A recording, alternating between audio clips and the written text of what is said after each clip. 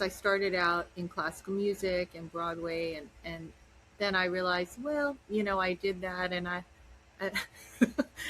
and I'm okay. Like I'd like to do something else. And actually, the music I was listening to was all, Stevie Wonder and Marvin Gaye and George Harrison and the Eagles and Graham Parsons. Like I'm like, this is what this is all I'm wanting to listen to. So maybe I should try to go in that direction. Rob Ruckus, Nick Collins, Kate Clover, Keith Semple, Isaiah Mitchell, Billy Harvey, Tim Howard. Check it out, Almost Famous Magazine.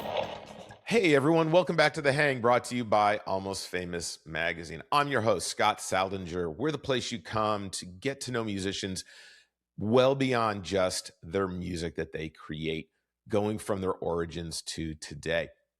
If you're new to the channel, thank you so much for joining us. You know what to do.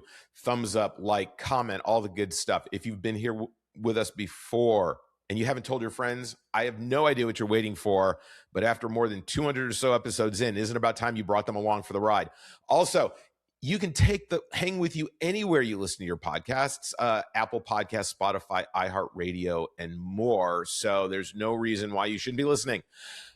My guest on this episode of The Hang today is Mary McGuinness, a Texas-born, Nashville-based Americana singer-songwriter whose music sits beautifully at the crossroads of folk Americana, Laurel Canyon.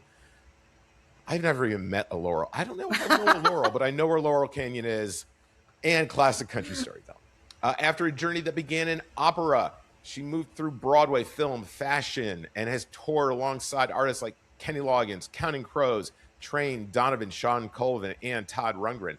She found her most personal voice with 2024's Shadow Catcher, and her story is one of resilience, identity, and finding home through music. Also today, we're going to dig into the songs, the road, and the life behind just her voice. Mary, welcome to The Hang. Hi, thank you for having me. Absolutely. You see how this goes. I may get things right, I may get things wrong, but we're just human.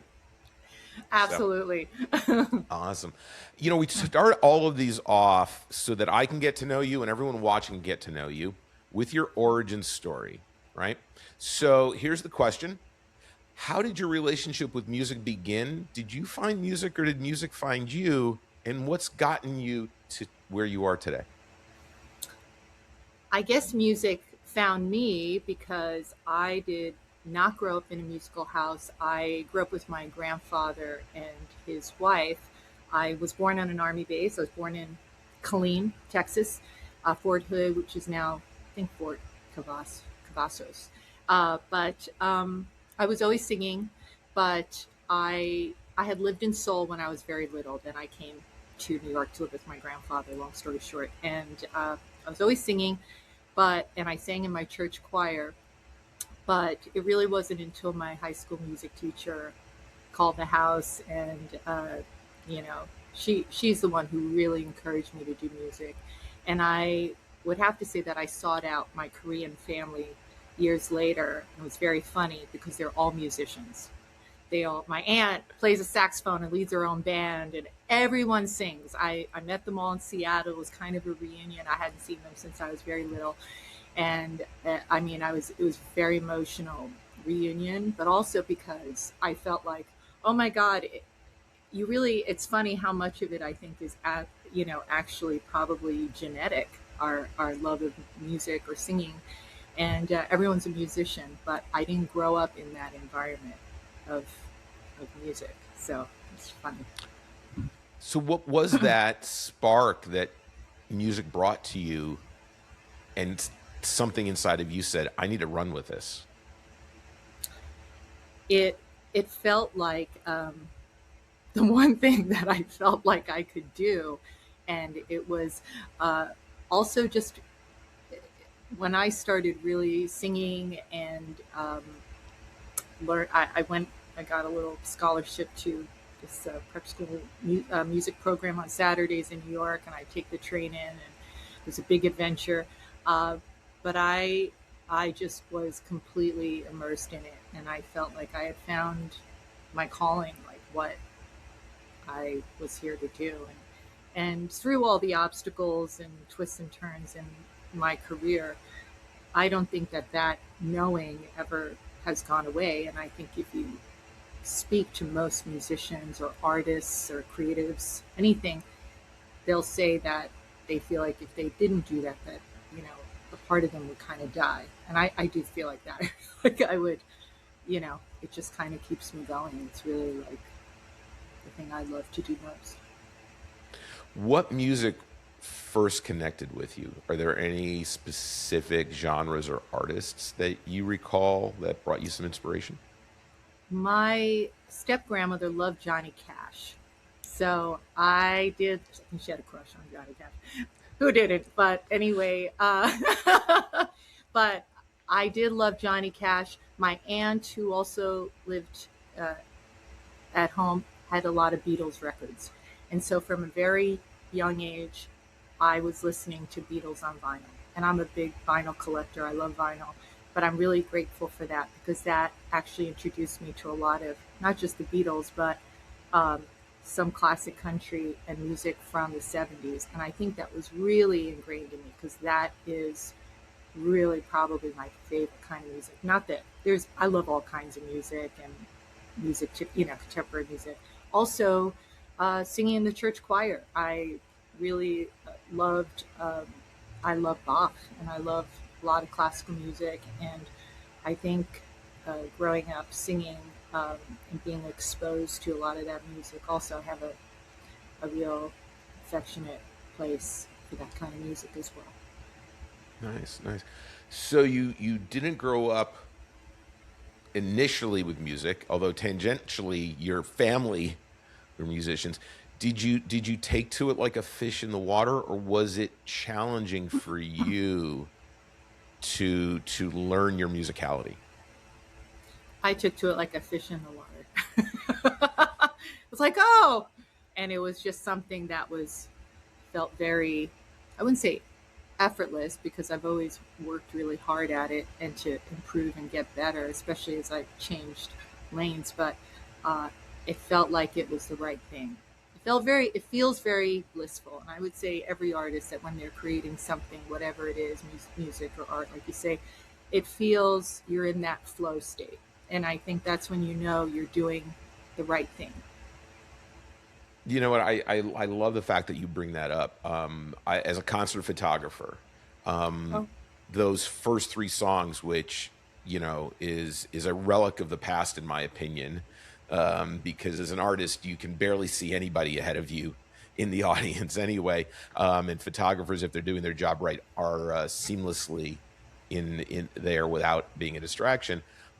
When I have or when I do show, photograph a show and I've got those first three songs, there are so many manual things that my brain has to do that, contrary to what people understand and know, is when you hit flow state, your body is more relaxed than at any other time because you are mentally so locked in that space. So I appreciate the fact that you acknowledge that takes you there, because I think it's important that people understand that when you focus your energy, especially creatively or athletically, suddenly you get better performance out of yourself.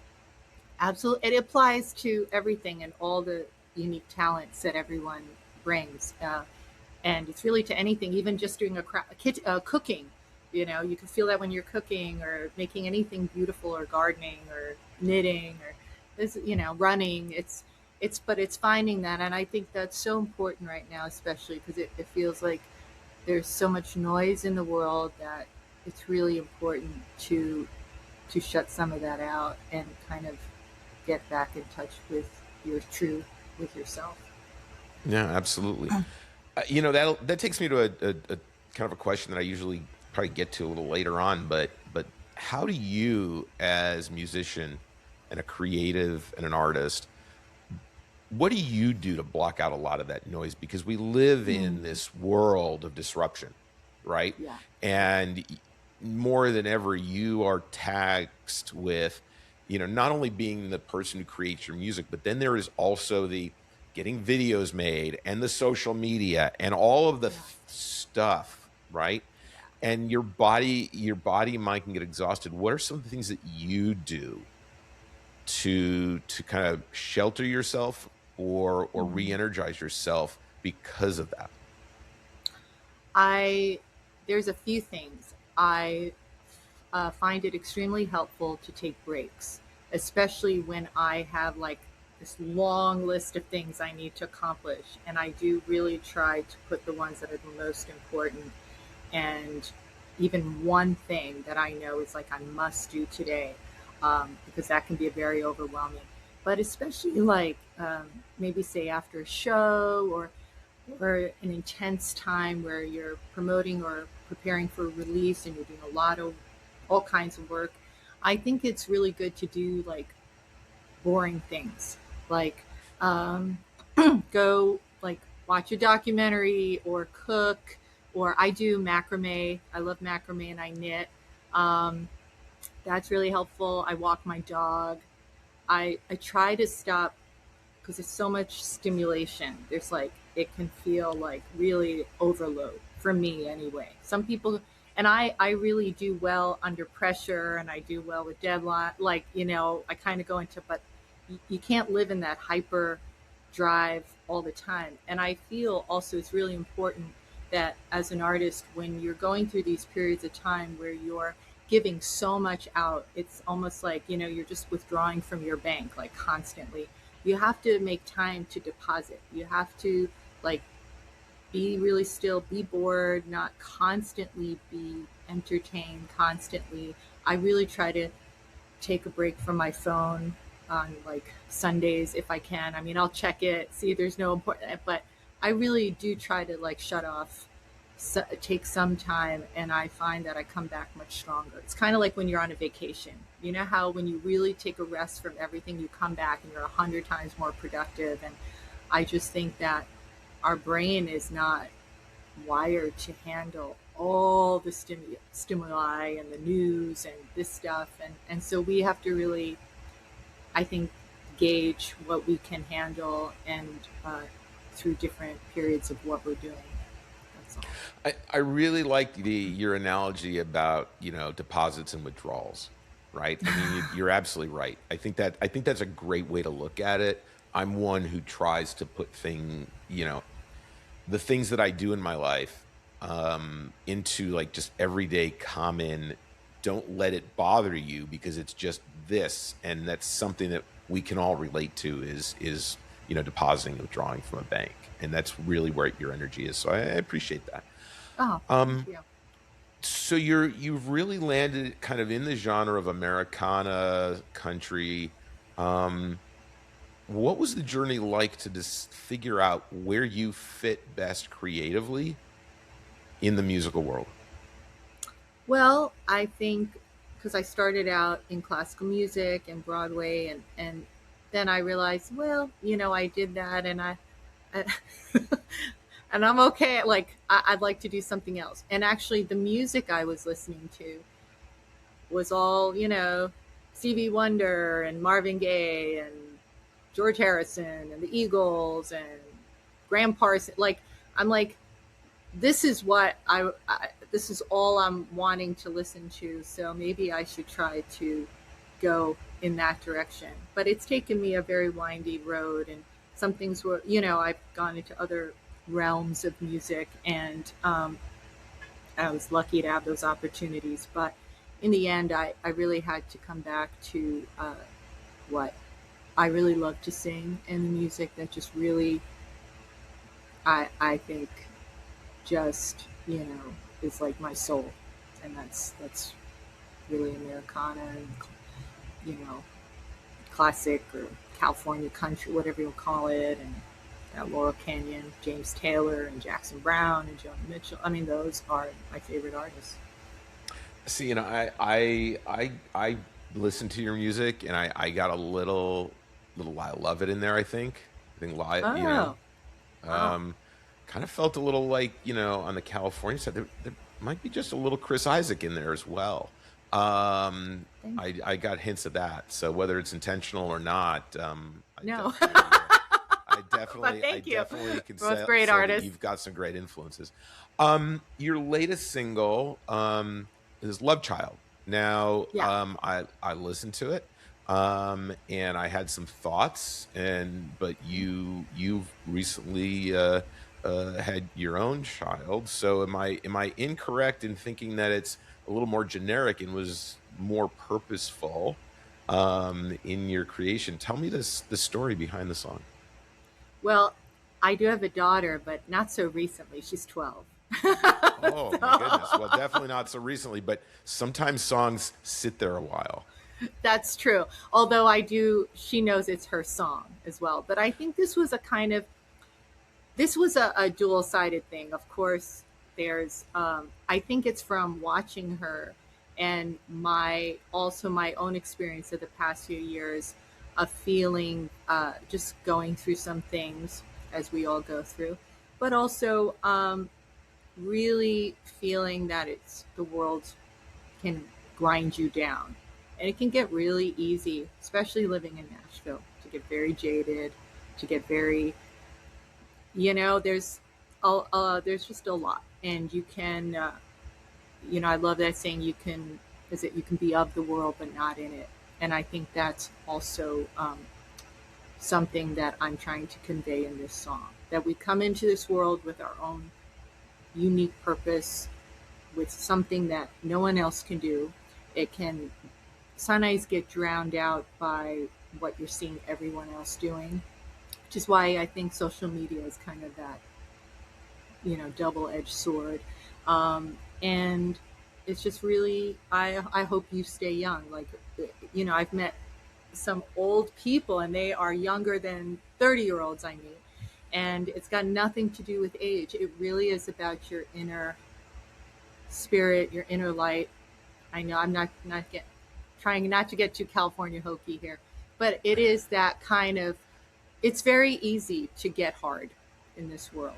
And so that's my basic point. And that's also, what I hope for my daughter. That's, yes, there's some of that is, yes, I have a love child, but a lot of it is also was something to remind myself, and also to see what other people around me are going through, and to see things clearly when they can't. That doesn't matter. This is who you are, and please don't let everyone else affect how you feel about yourself.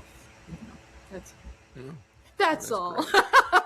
Hey, it's your story and you own it. That's why we're here today. I mean, the whole Thank you. reason of this, the whole reason of the conversation is to allow you to own those stories so that no one else is Thank you. telling them for you. Thank You've you. got a new single coming out this summer as well. Another single. Tell me about that one. I forget what's the name of it, and It's I've not called, heard it yet. So yeah. Well, I actually it's just getting mixed, and, it's called Cascadita, and it's coming out July 16th.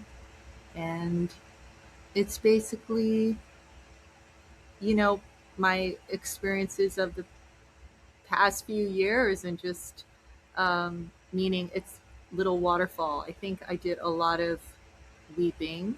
I lost a lot of things. Biggest loss was my father. Uh, but there were, just a lot of things going on over the past few years.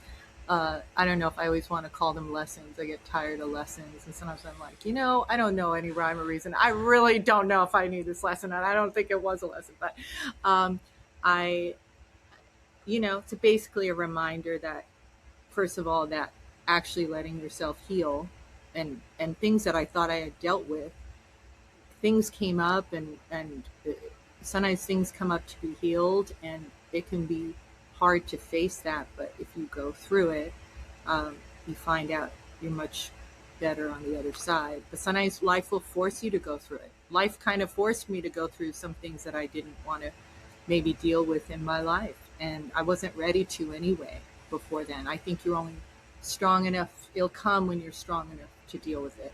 And, kind of about healing, I guess you could say, that in the end, that's what that song is about. yeah, and it's healing is an amazing thing because sometimes we know what we need to heal from, but we break something else, and we still Yeah. have to continue that healing, and it's a process, and we have to be gracious with it and allow it the time that it needs so that we can see it for what it's worth and Yeah. get beyond it. So Now, are these two singles a prelude to a new album coming out, or have you kind of shifted your delivery thoughts? I mean, a lot of people are just doing kind of the singles of the month club now. But what are your plans down the road with these songs? Well, I'm going to be releasing, this will be the second song. I'll be releasing 4 songs by the end of the year, the last one in December, and that will make an EP. And then I will probably be making a deluxe EP with a couple more singles, and that will turn into a record. And so I've been slowly recording and writing, and there's a lot of songs that I won't be releasing that will be on that record that I will plan to release in 2027. So I And like to have a body of work. I want to have something that I can press vinyl. I think it's great. The singles thing, artists have to do that right now. It's a great blah, blah, blah. But in the end, I feel really good that I will have one piece of work that I can give and say, this is from this period of my life and what I have to say and create. Uh, yeah. I love that you say press to vinyl because for those who watch and know that I'm building my niece's record collection one I didn't know record at a that. time. Yeah. So and I don't know if you have any Shadowcasters around, but maybe we'll have to talk once we're I done. do. Oh well, hey, you know what? I'll send you one. All right, Absolutely. We'll talk about that. She'll love it. But I wanna talk about your catalog, right? Because I look at each and every song that you write, whether you put them together as an EP, a single, or an entire collection on vinyl, preferably, is kind of like a meal, right? And we're introducing people to you today and to your music. So in that introduction, music fills you like a good meal would. If I was just finding you today, and there'll be links down below for like your Bandcamp and everywhere that people can go out and purchase your music, are there one or two songs in the catalog that you currently have out that you're like, you know what? If someone's going to start listening to me and I'm going to hook them on who I really am, are there one or two songs that you feel, and whether they were a single or on an album, are really kind of signature to you that will draw people in to go deeper down the rabbit hole to consume all of your music? I think so. Off the top of my head, I do really love Love Child, but I would say Bound to Beauty. That's a story of my great grandmother and her story, and that was on Shadowcatcher. So Bound to Beauty. I love Double Vision. That's a story akin to, I guess, maybe meeting an angel in the New York subway that I feel saved my life. That's what that song is about. It's Double Vision. I've always adored Chris Christopherson. I did a cover of Please Don't Tell Me How the Story Ends on my record Prodigal. I also did a cover of Tammy Wynette, so I can make it on my own. Those are covers though. But I would say also a song I wrote, Farewell, on my record Prodigal, was for the death of a very dear friend in a motorcycle accident. And I'm very proud of that song. That just was given to me. So just off the top of my head, those are, I guess, some of my favorites. Oh, Excellent. and Well, now everybody watching knows where to get started. Yeah. Oh, was there another one? Did you have another one? What came to mind? It's funny. I did write a song for my dad called Springtime Thunder. He wanted a Celtic type of song, and I'm so glad I wrote it and he was able to hear it before he passed. But I do it differently live. I do it acoustically and a little slower, and I kind of like that feel better than what's on the record, to be honest. And see, I mean, you can see it on my YouTube, but I love that song. I love the words, but yeah, that's that song, Springtime Thunder. Excellent. You've graced the stage with a lot of other musicians. You've had a career that's, forget going on tour and being an opener or headlining your own show. or, Broadway, opera, etc. With your journey that you've taken, has there been a moment that kind of crystallized everything for you? It's kind of a aha, pinch me, I've finally achieved what I set out to do moment that you recall having? Was there any moment that you just were like, I've arrived to where I wanted to be and I feel that sense of accomplishment? I don't think I've ever arrived at where I wanted to be. Oh, okay. Where do you want to go? Where is that moment? I'm meaning, I think that I have felt great joy. Let me reword that. I have felt great joy and gratitude so many times to be on the stage or singing with somebody or opening for someone, and just been so happy, like, this makes it all worth it. And I'm so happy to be here. And oh my God. I mean, I felt that a million times. And that's what keeps us going as musicians, or being in the recording studio. And I love making music. And this past year, where I've been in and out in little bits with Dylan LeBlanc and in Muscle Shoals and working with these great musicians, that's been amazing. So fun for me. But I've never said to myself, like, oh, I've arrived. No, I'm just not. That's just not how I am. I think I'm always trying to get better and improve. But I have felt incredible bliss and gratitude singing, for sure, and many, many times in my life. That's great. That's great. You never know when you might have a moment, though. So you've got that journey. You never know. Yeah. Yeah. Something one day you'll look back and go, wait a minute, something just happened, and I've got something else to talk to Scott about. So maybe we'll be able to get together again, and especially for your forthcoming releases. Maybe something will happen. Life, is a series of encounters, and some say sliding doors. People come into and out of our lives, and I'm a big believer that if you're in that moment and that person brings some meaning to your life, they'll drop a little something on you, a little word of wisdom, a little acorn that you can grow. And a lot of times, when you think of people's legacy, it's one that they gave us something, we give it to others. Has there been someone in your journey that is, at the top of the list, who made that kind of impact on you in your career? There have been quite a few, actually. I feel that, my high school music teacher, I stayed also in touch with my grade school teacher till she passed. It was personal more than, like, say, for music. It was just feeling that someone believed in me was a huge thing for me. And teachers make the world go round. They should be paid a gazillion dollars for what they do. And those teachers were a huge impact in my life. And so was another teacher when I was going to that program in New York. And I'll never forget, I went, her husband had survived. He was much older than her, but she had sung with Maria Callas. And he had survived by being a band camp leader at Auschwitz.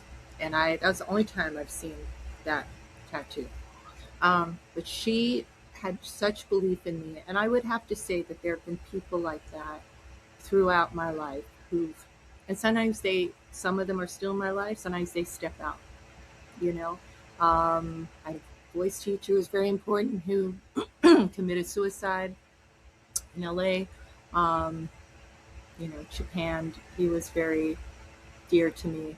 And so I would just say that when I think of all of these people, a lot of them have passed. And but then sometimes you'll just meet a person or another musician, or to be in this field, you meet so many incredibly creative, unique, amazing people who were all, struggling sometimes to just kind of make sense of the world, but also of our own. What can we do to bring something that not only for our own creativity, but that you can really kind of really bring something forth that's really authentic without editing yourself and really trying to do something that's your very best, and then leave it. Like, you just got to keep moving on, or you're going to be working on that same thing for 10 years. But I'm trying to think of one specific kernel of advice I could leave with you, but I don't know. I feel like it's just kind of a foundation. I feel like there's so many people. I think all of it, everyone could probably think that, like this person here and that person here. And sometimes you don't realize it until 10 years later. You'll think of that person, you go, God, I did not realize how amazing that person was. I did not realize what I learned from that until now. And until you're ready to see it. So I've been very, very blessed to have just, and not necessarily friends or anything, but in touch with all kinds of people who have shown me or done something that, they sprinkle a little bit of their fairy dust on you and their belief. And that's how we're all connected. I read that if you like shake hands with someone, I don't know if this is true, but like somehow your energy forever is like touched with theirs, like forever. Like, I don't know. I don't know how that happens, but it's interesting. You're reminding me of, I don't know if you've ever read the author Richard Bach. Jonathan Livingston Seagull. Illusions, yeah. Bridge Across Forever. There's a line in Illusions that I believe it goes something to the effect of, all the people in your life are there for a reason. What you do with them, though, is up to you, right? Oh, and that really just resonated in what you had to say. I mean, because sometimes we don't realize in the moment the impact someone's having on us. It takes us a little while to appreciate what they did give us. And sometimes it's hard to see that in the moment, but ultimately seeing it and then either utilizing it or giving that to someone else is one of the greatest gifts that you can give to the person who gave it to you. I agree. It's kind of that paying it forward. And I don't think it's even something you have to try. I think it comes, and when the opportunity presents itself, like, I want to give to this person, or I have something to show this person. And I think that's also something with time. As you get older, you realize, like, just how special some people are, that maybe you didn't know that when you were, 15 or whatever. It's like, and what a gift that is. Yeah, absolutely. Something else that we kind of hit on earlier, but I want to go a little deeper on, because it sounds like you've had you've been through your trials and tribulations. You've had to work on them. They come out of you creatively. And I'm a huge mental health advocate. Do you feel that there's enough awareness around mental health in the music business and the creative business, that people, can get a hold of what their experiences are, right? Like, do you meet a lot of people, right, that may need that attention but don't get it? Do you feel that it's being addressed well enough in the music business for those in need? No, I don't. I actually think it's all across the board. And I'm going to share something with you I haven't shared on social media or anywhere. Just for you, Scott. But I got an exclusive. Yay. You got an exclusive. I started seeing a therapist this past year, and and she said to me, I'm 99% sure you have ADHD. And I said, oh, wow, that I actually came home. I was so happy to hear it, because, and I guess there's 7 different types. I'm not late. I don't have a problem remembering things. I do have that hyper focus, but I also get really worn out from social situations, or I have a tendency to give and not be able to. I didn't always take care of myself or know how to take care of myself.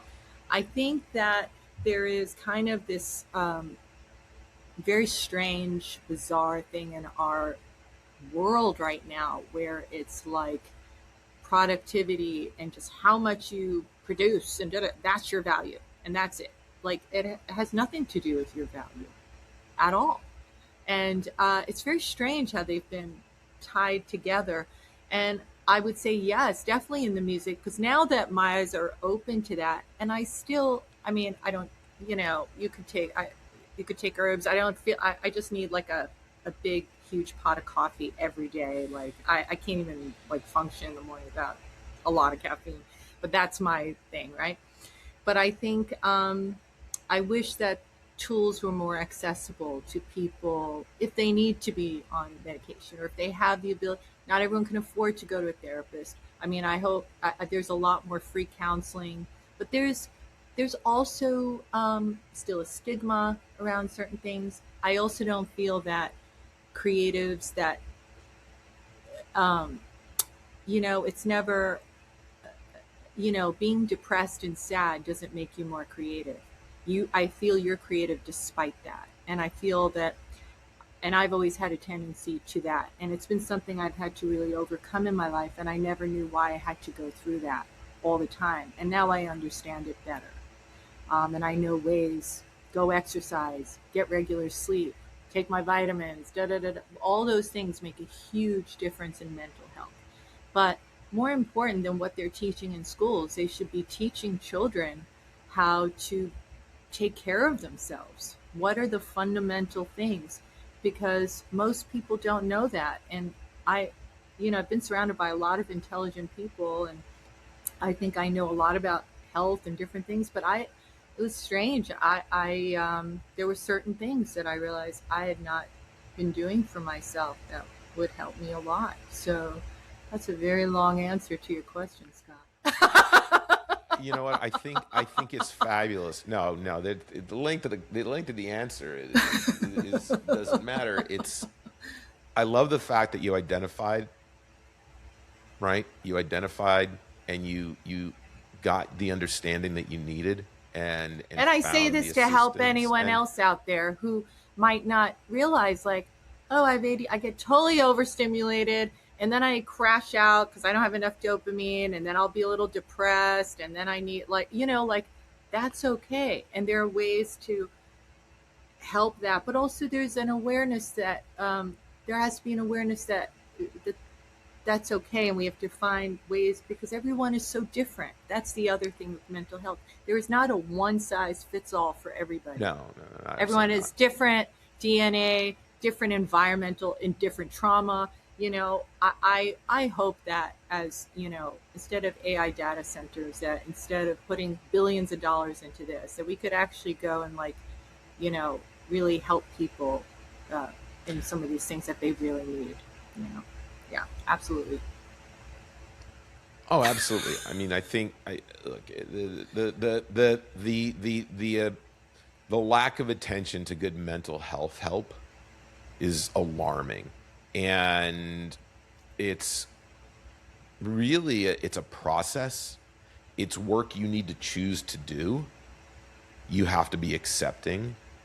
It may not fill the right void at the right time, but we live in this world where people aren't given the grace to just find it or figure out that they need it.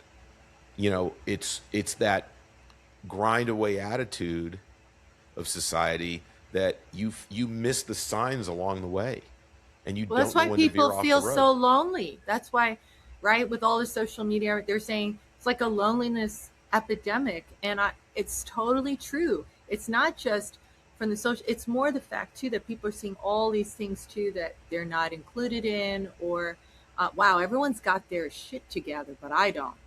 I think there's a lot of that, and it's just not very helpful in that way. And yeah, I agree with you. Oh, absolutely. I mean, I tell people all the time that perfection is the enemy of good. Yeah. Right. Absolutely. And yet we live in this world where you get those dopamine rushes of, oh, look at these people. They're on vacation here and they've got a smile on their face and everything's happy. Or they claim to have accomplished this over on a LinkedIn, or they're doing something else that arrives in your feed wherever you can go today, because there's a bazillion of them. But The reality is what we never see, and I challenge anybody to prove this to me, is we really never see a photo or a post lying on the floor of your walk-in closet in the fetal position crying because you're alone, or life isn't good to you, or life isn't fair, or you're struggling. We never see that. And that's the majority of our life. I mean, metaphorically speaking, like, it's not all roses and sunshine every single day. Like, the struggle's real. And by ignoring it because of what we see others pretend to be this perfection is more hurtful than good. And I see it a lot in, you just think about working on a song. When's it done? Is it going to be perfect? Is it absolutely right? Or can I accept that it is what it is and let it go and give it to the world?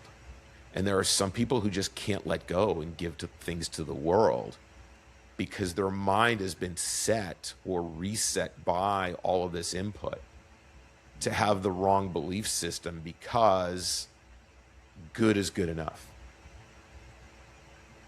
Yeah. I think that's everywhere.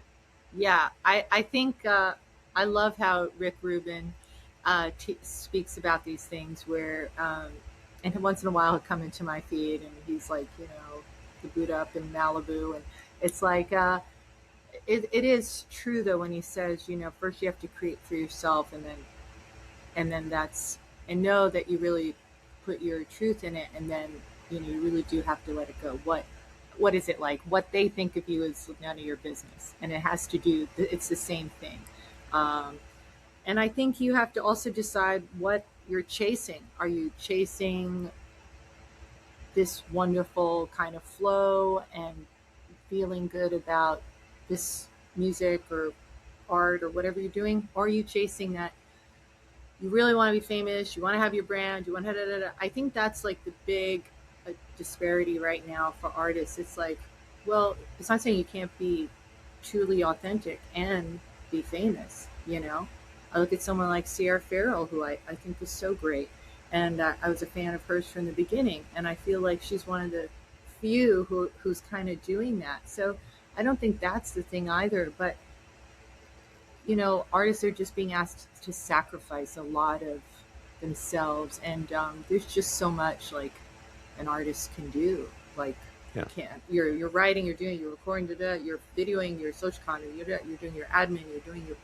it's really crazy what's going on. But I look at it as a job. I do the best I can, and meaning that part of it, I look at it as like, okay, well, it's part of me being able to do that, and I do the best I can, and at the end of the day, gotta be able to live with that. So yeah, you gotta accept that good is good enough, and I think when you can do that, it helps your mental health for sure. You've met a lot of performers. You've had a lot of chances to collaborate and experience music. But I'm a big believer that, we got to put things out in the real world, and you never know who makes a connection for us. Yeah. So is there someone, whether, maybe in another room you have a vision board, maybe you've kept a list, but is there one artist that if you had a chance to get in the studio and be creative with for a day, who tops that list, and why is it them? Definitely Paul McCartney. I mean, the Beatles. I mean, their music really changed civilization. I believe they're the one band that changed the civilization of the world. I do. And to be around someone who's so happy and go lucky and acknowledges the impact he's had in his fame, but yet he's totally an ordinary person and so down to earth. But I mean, absolutely brilliant, and just a treasure. And I'd have to say Paul McCartney. Just wow. Well, I think that's fabulous. I mean, I'm not in touch with him. I met him a very, very, very long time ago for a few moments when I was in my college internship at MTV and VH1 back in the day. When it was cool, when it wasn't reality TV. But if anyone out there is connected to Paul McCartney, you know what your marching orders are. Mary needs to get a connection. It's all about making that dream come true. And just think about the flow state she would be in if she was in a studio with Paul McCartney. I have seen him live, and he was just incredible. I saw him at the Staples Center, not this tour, years ago in LA, and I was just blown. I mean, he sang for like 3.5 hours. He didn't even take a sip of water. I mean, he literally just sang, like, it was just mind-blowing, the best. And I've been to a lot of great concerts. That has to be the top of my list. Yeah. I've seen him live too, and he puts on an incredible show. Yeah. And I mean, I don't know where he gets it from. Maybe it's from being a vegan. I don't know. Maybe the rest of us aren't living the healthiest of lives, but he is. He can keep that thing going, and I don't see him stopping on his own anytime soon. Especially that new album is amazing that he just put out. Everyone who watches knows, and we've kind of hinted at the struggles of the music industry, that you need to support your artists. So, you know, listening for free is one thing, but if you want to really support your artist, go out and purchase their music. Purchase a ticket to a show. Purchase their merch. I don't know if you're also selling macrame that you make. I don't know, but hey, you could have a Mary McGuinness throw rug. I don't know, but you've got to support her artistic endeavors. So all the links to go to her Bandcamp and everywhere you can purchase her music are going to be down below. Whether it's Mary or any artist, if you understand what they give to bring that to you, you can afford a few dollars to give them the support they need. So all the links will be down below. We really believe that's the way we're going to keep moving forward, especially in today's music business. And given that, though, when you're not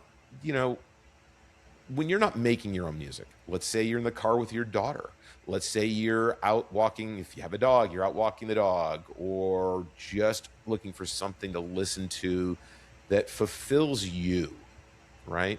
And we're just sitting here having a chat, and you're like, Scott, I'm listening to like this artist and that artist right now, and I love them. Here's why you should be listening to them too. Who would be a couple that you're currently listening to? Well, I would say there's a few. I love, and he did produce my songs, but I love him as an artist. I just think he's brilliant. That's Dylan LeBlanc. I love his, he has 2 records. He just reissued Cautionary Tale from 10 years ago, and he has an album, Coyote, and I love him as an artist. And I've always loved Ray LaMontagne. I've loved Sierra Farrell since she came out. You know, I've been one of the first listeners of her music. There's an artist, Twain. He's really cool. Just trying to, Sturgill Simpson. I love Sturgill Simpson. I bought his new record. Nice. Playing that. That was pretty cool. So, you know, there's a kind of contemporary artist. I know I've been talking about all the older artists, but yeah, those are maybe some of the more contemporary artists I've been listening to. No, I mean, I think sharing who we listen to is so important. I mean, I know there's an album that just dropped. Another Nashville musician, Billy Harvey. I don't know if you've crossed paths with him, but he's got a new album out. He's really amazing. I'll have to check him out. Can't wait to get my ears on that. I've been going down a rabbit hole lately of the Damwells, a completely underappreciated band. And then I'm also, I'm out running to the new Social Distortion. So it's a little all over the place. That new Social Distortion. It's great music. Really it's great music. album. Yeah, Absolutely. It's just great music. Yeah, absolutely. Absolutely. So, Mary, this has been fantastic. We're going to do this again. Okay. We're going to do this once you've wrapped up the EP, right? Yeah. And in being proactive before the album comes out, we're going to get together and we're going to do this again, because I bet you there's going to be a lot more to talk about. But for the remainder of the year, everybody, she's got singles coming out. You know what to do. Buy them. Well, I'm going to try to come to Texas. I'm going to try to come do some shows. I've been talking to someone about doing some shows. And, the last time I toured Texas was a while ago. So if I do, I will definitely reach out and let you know. But I would like to come to Texas. this year. If you come to Texas, and like I said, I'm in the Dallas area, but Dallas. I own a car, not a horse, so I can get to other places. And you want some photographs for sure. We'll work all of that out. And once we finish this up, we're gonna have to talk about getting some of that vinyl that you have. Everybody, remember, it's for sale. The links are down below. And we'll do this again. But it's been a pleasure to get to know you. Thank you for joining me today. Oh, thank you so much for having me, and it's been a pleasure. This has been a lot of fun. We are going to do it again. Everybody, just remember, every day, show yourself a little love. Little love, little grace, a little kindness, and then go give that to others, because what you get back helps make all of those days easier. So until we get a chance to do this again, Mary, be well, and we'll be in touch for sure. I look forward to seeing you in Texas. Bye, everyone.